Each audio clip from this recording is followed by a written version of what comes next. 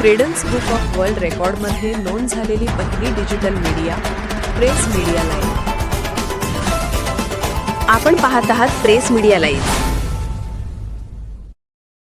महाराष्ट्रातील परीट धोबी समाजाच्या उपरोक्त ज्वलंत मागण्या गेल्या अनेक वर्षापासून प्रलंबित। महाराष्ट्रातील परीट धोबी समाजाच्या उपरोक्त ज्वलंत मागण्या गेल्या अनेक वर्षापासून प्रलंबित आहेत।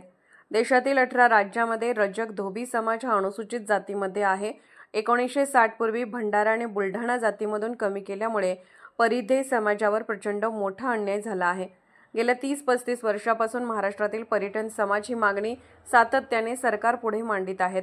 परिणामी महाराष्ट्राचे तत्कालीन मुख्यमंत्री स्वर्गीय आमदार विलासराव देशमुख साहेब यांनी या समाजाला सामाजिक अभ्यास करण्यासाठी दशरथ मांडी समिती निर्माण केली आणि त्या मांडी समितीच्या शिफारस केंद्र शासनाला पाठवायच्या आहेत।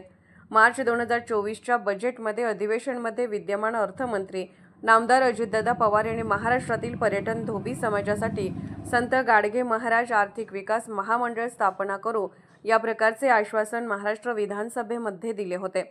परंतु त्यानंतर 2-3 अधिवेशने झाले तरी महामंडळ कार्यान्वित झाले नाही।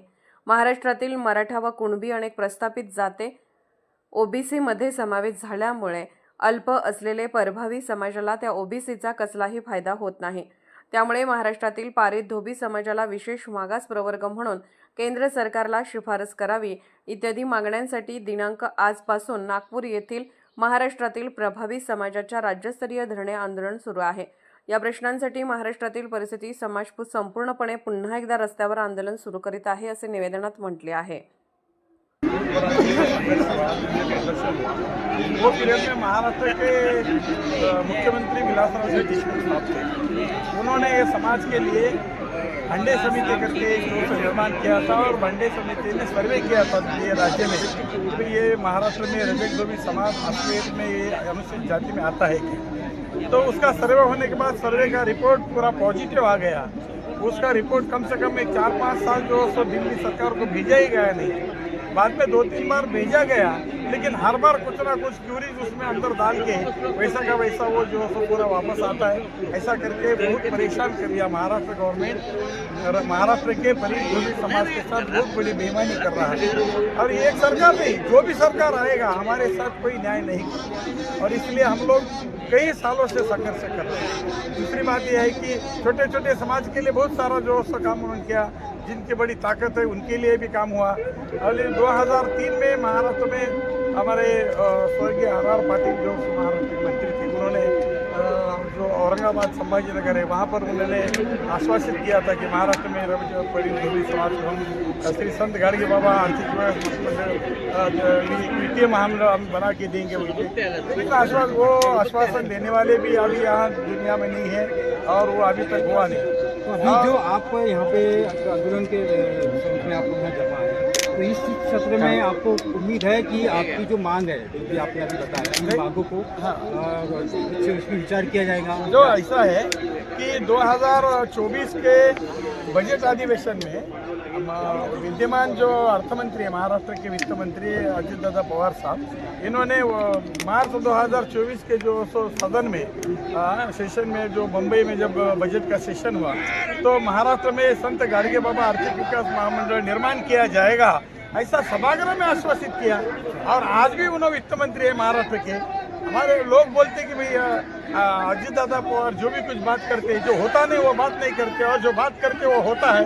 3 साल हो गया उन्होंने आश्वासित करने के बाद भी कम से कम 3-4 बार महाराष्ट्र विधानसभा का सदन हो गया, सेशन हो गया, लेकिन आज तक वो कार्य नहीं हुआ।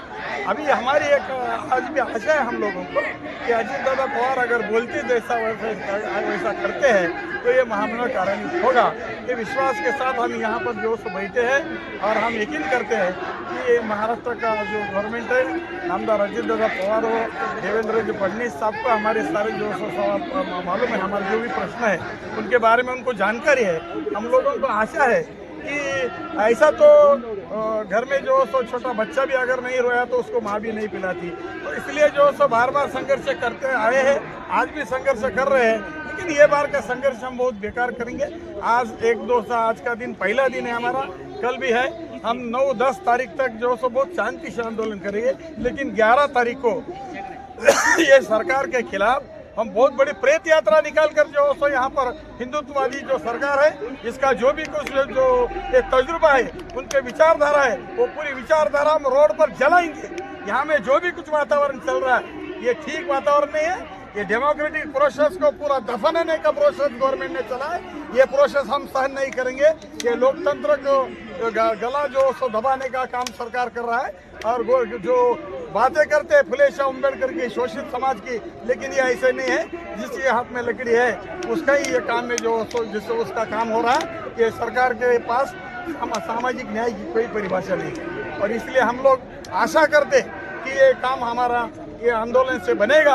अगर ये 2-3 दिन में नहीं बनेगा तो ये महाराष्ट्र का पूरा जो रजक धोबी समाज पूरा जो बिगड़े वाला है और वो ये जो लोकतंत्र की जो व्यवस्था है और इसको जो दबाने का काम कर रहा है उसके खिलाफ हम लोग रोड पर हैं। राष्ट्रीय कार्याध्यक्ष नॅशनल धोबी महासंघ, प्रदेशाध्यक्ष संत गाडगेबाबा जयंती उत्सव सेवा समिती या महाराष्ट्रातल्या 35 लाख धोब्यांसाठी जो अन्याय त्यांच्यावर झालेला आहे त्याचा स्टडी करण्यासाठी 2001 मध्ये जी भांडे कमिटी बसवण्यात आली होती, भांडे कमिटी तो एक आयोग होता, राज्यपालांनी बसवलेला आयोग होता।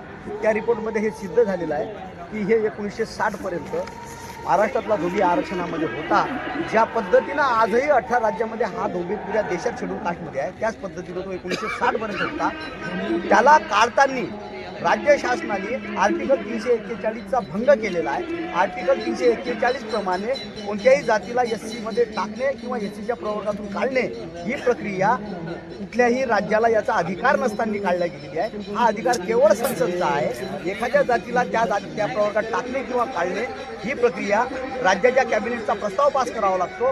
तो प्रस्ताव राज्यसभेमध्ये जाईल, राज्यसभेमध्ये बहुमतानं पास होईल, लोकसभेमध्ये बहुमताने पास होईल, त्यानंतर तो राष्ट्रपतीच्या सहीला जाईल, त्यानंतरच काढता येते किंवा टाकता येते। मग 1960 पर्यंत आम्ही आजही भंडारा जिल्ह्यातले एससीचे कास्ट सर्टिफिकेट आमच्याकडे आहेत, ते भांडे कमिटीच्या रिपोर्टमध्ये आहेत आणि भांडे कमिटीच्या रिपोर्टमध्ये सिद्ध झालेलं आहे की हा अन्याय झालेला आहे आणि ही चुकीची दुरुस्ती करून यांना पूर्ववत त्या प्रवर्गात टाकण्यात यावं ही फाइंडिंग गेल्या 2002 पासून आजपर्यंत राज्य शासनाकडे पेंडिंग आहे आणि राज्य शासनाकडे पेंडिंग असलेली समिती रिपोर्ट आजही राज्य शासनानं 2019 मध्ये तो स्वीकारलेला आहे। माननीय विद्यमान मुख्यमंत्री देवेंद्र फडणवीस 2005 मध्ये विरोधी पक्षात असताना आमच्या धोबी समाजाच्या मोर्चाला सामोरे येऊन हे मुख्यमंत्री म्हणत होते की मी हाऊसमध्ये तत्कालीन सामाजिक न्यायमंत्री चंद्रकांत हंडोरे काँग्रेसचे यांच्यासोबत 17 मिनिटं भांडलो म्हणत हाऊसमध्ये की हा समाज तुम्हाला आरक्षण नवीन मागत नाही, त्याचं चुकीच्या पद्धतीने हिसकावलेलं आरक्षण त्यांना पूर्ववत देण्यात यावं ही मागणी असताना तुम्ही या समाजाला का झुलत ठेवता आणि भांडे समितीचा रिपोर्ट असताना तुम्ही भारतीचा अहवाल कशासाठी मागता? याचा अर्थ असा आहे की तुम्हाला या समाजाला आरक्षण द्यायचं नाही आणि यांना फिरवत ठेवायचं आहे। हे विद्यमान मुख्यमंत्री स्वतः लॉयर आहेत, टेक्निकल भाषेत बोललेले आहेत आणि त्यांना या सगळ्या प्रक्रियेचा अभ्यास असताना ते आम्हाला आता त्या प्रवर्गात टाकत का नाहीत आणि न्याय का देत नाहीत? माझं म्हणणं असं आहे की मुख्यमंत्र्यांना आम्हाला जर न्याय द्यायचा नव्हता तर त्यावेळेची व्हिडिओ क्लिप आज माझ्याकडे आहे, मी तुम्हाला देतो आणि ते त्यामध्ये काय बोललेले आहेत जे तुम्ही स्वतः त्याचा अभ्यास करावा। हे आरक्षण या राज्यातल्या धनगरांसारखं, मुस्लिमांसारखं किंवा मराठ्यांसारखं नाही, हे चुकीच्या पद्धतीने हिसकावलेलं आरक्षण आहे। आमचं हिसकावलेलं आरक्षण आम्ही मागतो आहे आणि हे महाराष्ट्रातला धोबी मागत नाही। 35 लाख धोब्यांची ही मागणी नाही। ज्या राज्य शासनाने ती कमिटी बसवली त्या कमिटीचा रिपोर्ट आला, त्या रिपोर्टमध्ये हे सिद्ध झालेलं आहे। तीच मागणी आमची आहे, परंतु संख्येनं कमी असलेला समाज असल्यामुळे हे शासन गेल्या 50 वर्षापासून अन्याय करत आहे। आम्हाला पक्षाशी घेणं देणं नाही।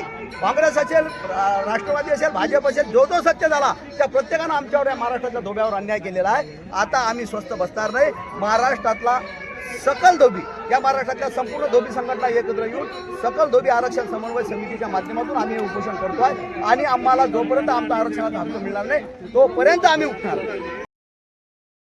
प्रेस मीडिया लाईव्ह न्यूज चॅनलला लाईक करा, शेअर करा आणि सबस्क्राईब करा।